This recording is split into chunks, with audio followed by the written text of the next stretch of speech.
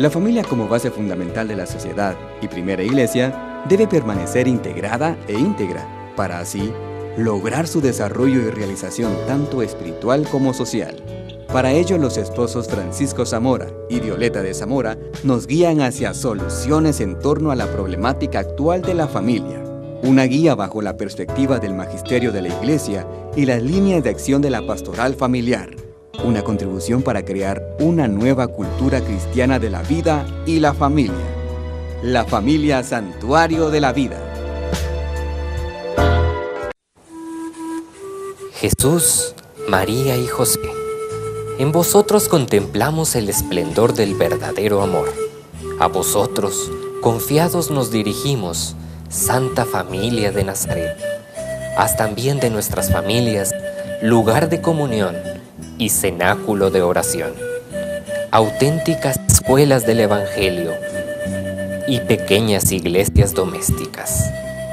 Santa Familia de Nazaret, que nunca más haya en las familias episodios de violencia, de cerrazón y división. Que quien haya sido herido o escandalizado sea pronto consolado y curado. Santa Familia de Nazaret, haz tomar conciencia a todos del carácter sagrado e inviolable de la familia, de su belleza en el proyecto original de Dios. Jesús, María y José, escuchad, acoged nuestra súplica. Amén.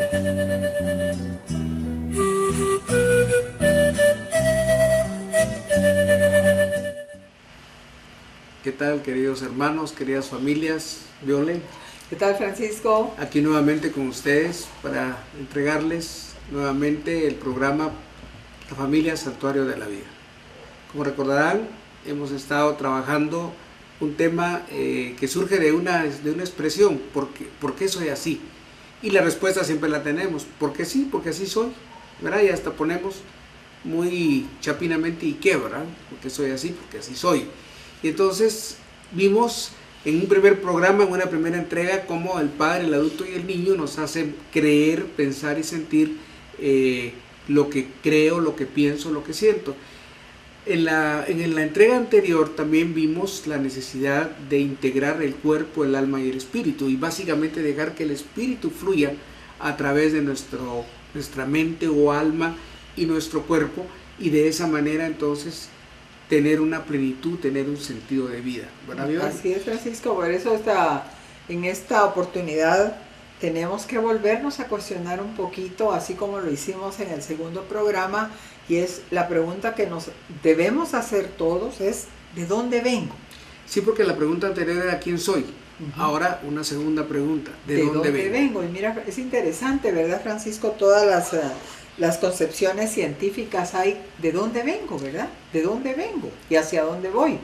Hay muchas maneras de interpretar esto, no pretendemos abarcarlas en corto tiempo y no es, digamos, la naturaleza del programa. Simplemente veamos algún aspecto científico breve, que lo que sabemos, y obviamente la parte religiosa y alguna otra concepción, yo diría psicológica, que nos puede ayudar a entender esos dos caminos, tanto el científico como el religioso. Y ustedes ven que científicamente entonces hay una concepción biológica.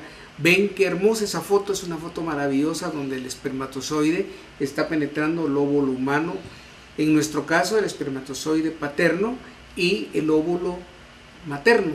Y en el momento que ese óvulo, que va ahí como un renacuajito que tiene una cabeza que va a llegar al centro, al núcleo de ese óvulo, en ese momento hay una nueva vida, hay un nuevo ser. Aquí ha habido mucha discusión, pero así comienza la vida. Y entonces a la izquierda vemos que si ese espermatozoide lleva un cromosoma X, la madre siempre va a tener un cromosoma X como receptora de la concepción, y entonces el sexo va a ser femenino. Si ese espermatozoide lleva un cromosoma Y, entonces unido al X materno va a dar un masculino. Y esa es, digamos, la concepción biológica, hombre o mujer, tal como nos lo dice el plan de Dios en la palabra. Qué hermoso, Francisco, este llamado personal que nos hace la palabra de Dios a la vida, como dice Jeremías. Antes de haberte formado, yo en el seno materno te conocía, y antes de que nacieses, te tenía consagrado. Yo, profeta de las naciones, te constituí. Palabra de Dios, te alabamos, Señor. Es maravillosa este llamado de Jeremías. Alguien podría pensar, bueno, yo no soy profeta. Si estás bautizado, eres profeta, porque cuando nos bautizan recibimos el ser profeta, recibimos también el ser sacerdote y el ser rey, igual que recibimos la fe, la esperanza y la caridad. Es decir, es parte del sobre. No podemos negar que ese es nuestro origen. Pero miren, lo que me llama la atención acá, y mira, Viole, dividamos 1 entre 200 millones. Y entonces la respuesta es 0.80 y un 5 a la derecha. Esa es la probabilidad de que estemos vivos. Es la probabilidad que estemos en este planeta. Ahora imagínense la probabilidad de estar viendo este programa. Podríamos hablar de 1 por 10 a la menos 9, por 5 a la menos 9, desde el punto de vista de una potencia de 10. Es decir, es escasa la posibilidad de que estemos acá. Sin embargo, antes de habernos formado ya en el seno de nuestra madre, ya Dios nos conocía, y antes de que naciéramos ya fuimos consagrados y para ser profetas. Que este es un llamado maravilloso que creo que supera mucho de nuestras expectativas. Ahí vemos entonces cómo unimos una concepción religiosa, la fecundación, con la concepción cristiana del llamado personal. Desde el punto de vista antropológico, teológico, cristiano, hemos dicho muchas veces que la vocación del hombre es a vivir en unión con Dios. Es decir, esa es la llamada del hombre por el que se encuentra en la tierra. Y Génesis 1:26 nos lo va a decir claramente. El hombre ha sido creado por Dios a su imagen y semejanza. ¿Te imaginas ser imagen y semejanza de Dios? Esto nos cuesta entenderlo. Sobre todo cuando no queremos vivir, cuando no nos gustamos, cuando nos despreciamos, cuando sentimos que no valemos. Cuando no nos aceptamos como somos. Cuando no nos aceptamos, cuando nuestra autoestima anda por los suelos. Qué diferente cuando sé que Dios me ha hecho imagen y semejanza y que además me llamó antes de que yo naciera, ya estaba en su mente. Esto supera cualquier lógica. Es tan profundo realmente, Francisco, es muy hermoso saber que soy una persona creada a imagen y semejanza de Dios y que soy única e irrepetible. No hay otra como yo. Y que entonces lo único que me puede alejar de ese amor maravilloso de Dios, de ese llamado, es el pecado. Es el no a Dios. Porque si le digo no a Dios, entonces pierdo todos esos valores, esos derechos, no así mi persona y mi desarrollo. Sin embargo, cuando acepto a este Dios como el creador, como el que me ha hecho imagen y su semejanza, entonces aparece el número 4, que la idea cristiana es de persona y los ideales de comunidad humana fundamentan la moral cristiana, es decir, la moral fundamental. La persona está en el centro de la moral cristiana, en el centro de la ética, el ser humano, creado a imagen y semejanza de Dios. Y ese hombre adquiere una plenitud cuando descubre al resucitado y ese hombre es recapitulado en Cristo y que tiene como misión última la presencia eterna con Dios, lo que estudia la escatología. Bueno, esto es, en palabras muy simples, lo que es toda esa concepción del hombre desde el punto de vista cristiano y teológico. Es maravilloso ver en Génesis 1 cuando dice: el Señor crió pues Dios al ser humano a imagen suya, a imagen de Dios lo creó, macho y hembra los creó, y bendíjolos Dios y díjoles Dios: sed fecundos, multiplicaos y henchid la tierra y sometedla. Mandad en los peces del mar y en las aves de los cielos y en todo animal que serpea sobre la tierra. Palabra de Dios. Te alabamos, Señor. Aquí está el origen del hombre. La ciencia busca el porqué. La fe nos da el para qué, nos da el sentido. Mientras la ciencia está luchando de por qué apareció el hombre, cuál es su estructura proteica, su estructura original, el Big Bang, en fin, la idea original del Creador es más clara. Los cree para que sean felices, para que dominen la tierra, para que sean hombre y mujer y que sean mi imagen y semejanza. Hermoso. No hay más que decir. Mira, Francisco, inclusive los dibujitos que tenemos ahí, el diseño de Dios, ¿verdad? El enamoramiento, el noviazgo, el matrimonio, el sacramento, luego ser familia y fructificado y multiplicado, ¿verdad? Y henchir la tierra. Ahí vemos a los bebés con los esposos, la forma en que Dios ha creado el ser humano y ha creado la familia. Estamos viendo de dónde venimos. ¿De dónde vengo? Bueno, aquí está la idea del Creador. De vengo de ese plan maravilloso de Dios que me llama, que me escoge y que me hace a su imagen y semejanza. Seguimos en esta lógica y entramos ahora a una idea, padre y madre igual a yo, a mí, al yo. Atrás de nosotros hay 64 antepasados, ancestros, que influyen mediante la información genética en nuestra vida y destino. Miren qué maravilloso. Los genes no son más que el último momento de la información. Hoy que estamos en la época de la informática, de la cibernética, y que todo se mueve a través de información en milésimas de segundo, resulta que somos el producto de la información. Los genes han permitido que la información, en este caso, de 64 antepasados, por poner una imagen visible, pero obviamente nos remontamos a los orígenes del ser humano, llegue hasta nosotros, y que hoy seamos nosotros la tecnología de punta, el elemento visible del género humano. Ustedes que nos ven ahora, que nos escuchan, nosotros somos los últimos de esa cadena, y nuestros hijos continuarán la cadena y así sucesivamente las siguientes generaciones. Hay pues entonces una inteligencia transgeneracional que incrementa la competencia y el talento para resolver los problemas propios de la historia y de las dinámicas de la genealogía que se han ido heredando a lo largo de los años. Gracias a los tipos de ADN y su transmisión, ahí volvemos a la ciencia, el ser humano puede de alguna manera continuar su evolución a través de esa inteligencia transgeneracional. Es decir, no solo hay inteligencia matemática, no solo hay inteligencia abstracta, no solo hay una inteligencia lingüística o literaria, mecánica, tantas inteligencias, pero también hay una que es transgeneracional y que ha pasado muchas veces desapercibida en la historia. Es interesante, ¿verdad, Francisco? Cómo a través de mis ancestros, de mi genealogía, puedo llevar tantas cosas dentro de mí. ¿Por qué soy como soy? ¿Por qué mi personalidad? ¿Por qué creo en lo que creo también? ¿Por qué actúo de esta forma? ¿Por qué mi conducta es así? Es que te pareces a tu abuelito, porque así era tu abuelito. El pelo, pues lo heredaste de tu papá. Por ejemplo, la forma en que caminas, así caminaba tu abuelita. En fin, siempre estamos cuando nacemos, ¿verdad? Tú has escuchado, ¡ay, qué lindo el bebé! Trae el cabello del abuelito. Nada que ver, ¿va? Pero era el cabello del abuelito, ¿verdad? ¡Ay, el piecito! ¡Ay, sí, trae un dedito de más! Tiene 6 deditos. Así le decían al tío, 6 deditos. Nació con 6 deditos el bebé y ahora hay que ver cómo se le opera el dedito. En fin, miren todo lo que hace el ADN, Francisco, y todo lo que vamos heredando de nuestra genealogía, ¿verdad? Es increíble, y usted puede ver ahí 2 columnas en el sistema familiar. Transgeneracional a la izquierda y el sistema familiar. Veamos. En el transgeneracional, en esa inteligencia, vienen en un primer momento las creencias fundamentales. La familia tiene creencias fundamentales. Los guatemaltecos tenemos creencias fundamentales. A veces nos creemos que somos el país más bello del mundo. ¿Y quién nos va a decir lo contrario? Esa es una creencia fundamental.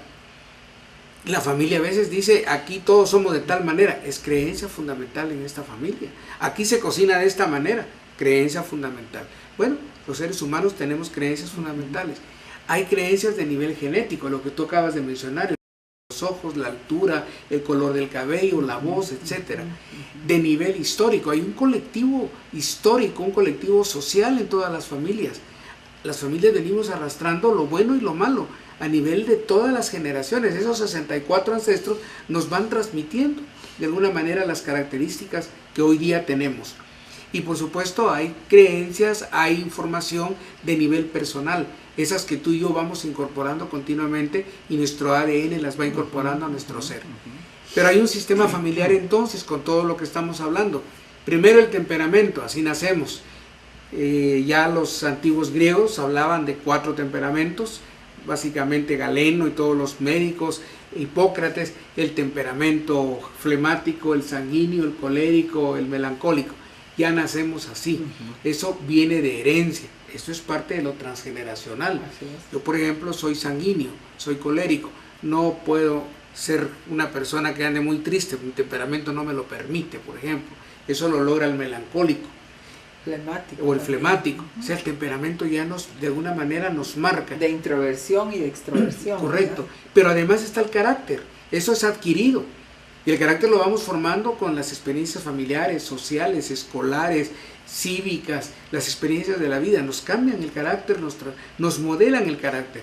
Tenemos muchos mensajes parentales, usted lee ahí, mensajes intelectuales, mensajes emocionales, mensajes libidinales en todo el sentido del placer, los materiales, lo económico, los laborales. Ejemplo, usted nació para trabajar, usted, la felicidad es el dinero. Si le meten a uno ese mensaje parental, porque son los padres, ya estuvo que se va a trabajar toda la vida y nunca va a descansar porque cree que la vida es hacer dinero. Es un mensaje parental, a menos que se lo cambiemos. Entonces, así es como funcionamos en la vida. Y también hay creencias, mandatos, códigos, que no podemos traicionar al clan familiar porque de lo contrario estaríamos eliminados. O sea que hay fidelidades al clan familiar. Y esas fidelidades a veces producen implicaciones. Gente que no se casa, gente que vive en soltería, gente que de alguna manera tiene como un destino o enferma de la misma manera que un familiar. Todo eso tiene que ver con todos estos elementos transgeneracionales. Claro, en este momento no pretendemos abarcar todo esto, pero para que ustedes vean en esa pregunta de dónde vengo, todas las implicaciones que hay, todos los elementos que juegan de alguna manera, son como un cóctel del que se van haciendo sustancias, y eso somos nosotros. Y esto es bien importante porque a veces decimos, ay, yo soy así, pero ese soy así es porque obedece a toda esta lógica.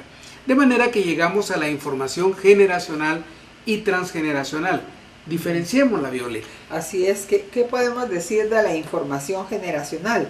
Son los hechos que conozco, es la información obvia, lo que miro y puedo confirmar, ¿verdad? Todo lo que has mencionado de la herencia.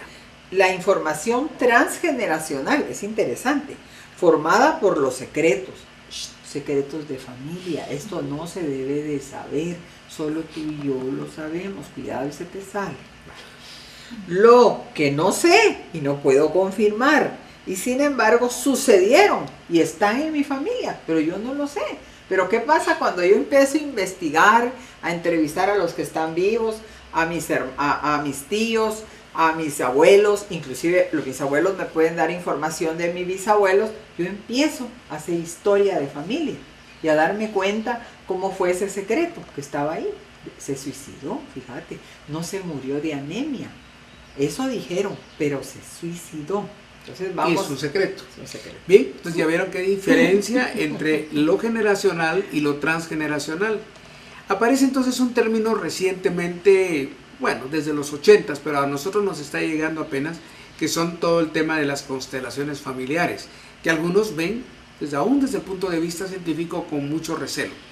Y es un abordaje terapéutico, familiar, sistémico y fenomenológico.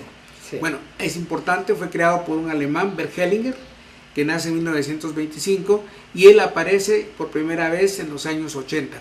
Es un religioso que pasa muchos años en África. 25 años de sacerdote, ¿verdad? Tiene su experiencia con los zulúes en África, ¿verdad? Claro, y entonces él observa de toda la línea, las escuelas psicológicas, él observa que todos funcionamos en constelaciones. Cada familia es una constelación. Y entonces tenemos constelaciones de constelaciones, son todas las familias, y ahí tenemos un resumen de nuestro sistema familiar. Y dice, el niño trae la historia inconsciente del sistema familiar. ¿Qué estamos mencionando? Así es. Su creación está unida a lo que siente su madre. Por eso es importante llevar el embarazo de esos 8 o 9 meses, ¿verdad? Y llevar al niño, llevarlo con mucho amor, con mucho gozo, con mucho deseo de su nacimiento. Sin sobresaltos, sin agresiones. Tristezas y llanto, y es lo que más vemos, lamentablemente. Todo lo que ocurra en la familia afecta al bebé. Y esto en el vientre, todavía viviendo el bebé en el vientre, va a afectar los ruidos externos e internos que la mamá escuche o viva. Y desde el vientre materno se empieza a formar la percepción del mundo. Qué interesante, Francisco. Si supiéramos esto nosotros desde hace... Y si quisieras explicarnos qué toman los hijos de la energía de sus padres. Mira, Francisco, esto es tan hermoso realmente. Es fascinante, queridas familias. Es bellísimo, es sanador, es curativo, porque yo puedo dar testimonio de ello. Creo que tú también, pero yo como mujer puedo dar, como hija, dar testimonio de ello, que qué es lo que nosotros recibimos de nuestros padres. Mi mamá, por ejemplo, me ha dado la autoestima y la confianza. He recibido también la conexión con la vida. Ella me conecta con la vida. También de ella viene la salud, el éxito y el dinero. Fíjate tú qué interesante.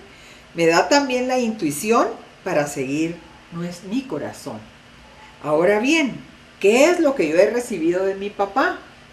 Mi papá me ha dado la fuerza para lograr lo que yo quiero. La fuerza. La fuerza. ¿De dónde me viene el caminar en la vida, el trabajar, el saber disfrutar a plenitud la vida? Es de mi papá. La fuerza que viene de él. La seguridad para triunfar. Tal vez en momentos yo me puedo sentir desanimada y decir, yo no he triunfado.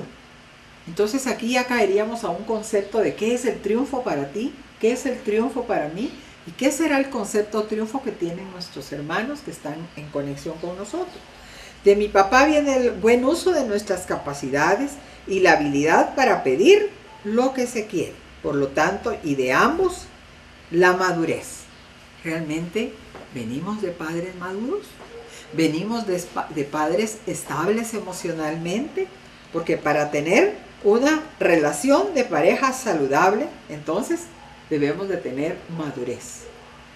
¿Hay madurez?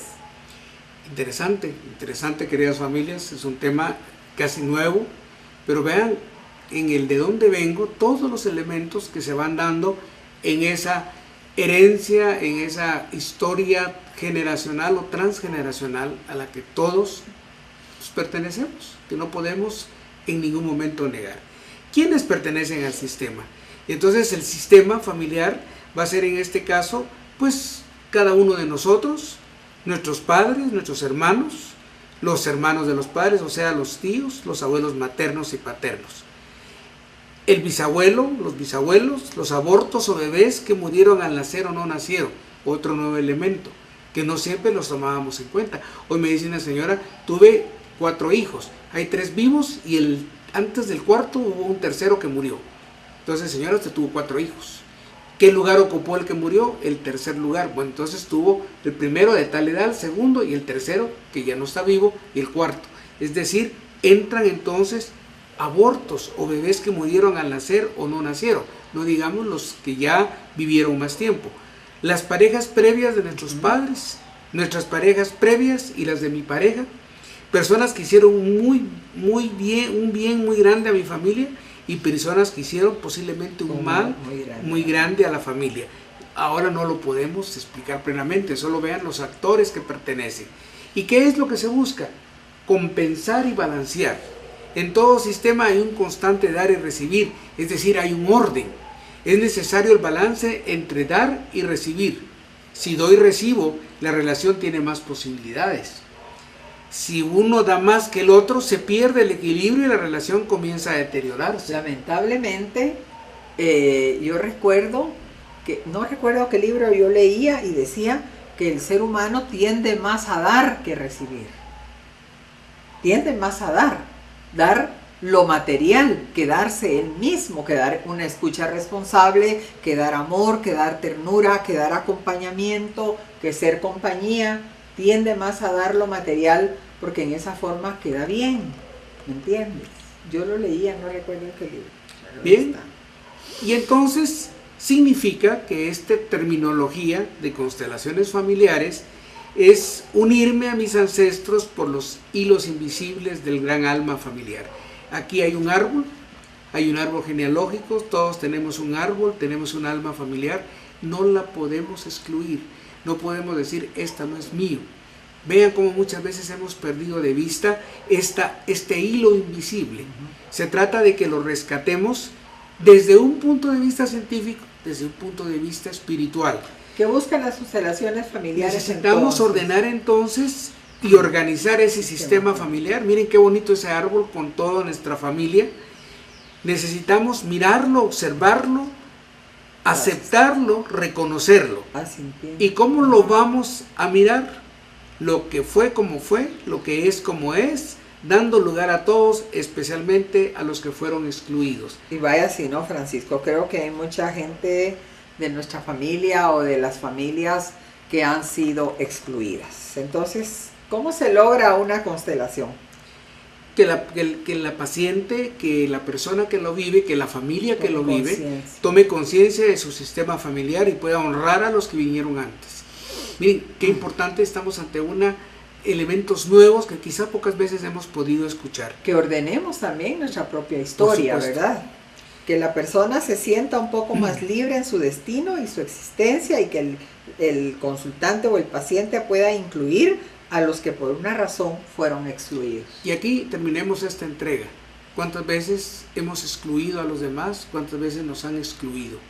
Y no hablo de manera consciente, es inconsciente. Este rescate de estos excluidos nos trae mucha paz. Trae paz al sistema, trae paz a ese árbol. Usted y yo, como familia, tenemos constelaciones, tenemos una historia familiar, tenemos una inteligencia transgeneracional. Qué hermoso como Dios nos creó a imagen y semejanza, como somos fruto de un hecho biológico y de un pensamiento teológico cristiano, y que además tenemos toda una historia. Somos una complejidad. Así es, Francisco, damos gracias a nuestros hermanos por estar con nosotros cada semana. Gracias por su amor, sus oraciones, y hasta la próxima. Que Dios siga bendiciendo sus vidas.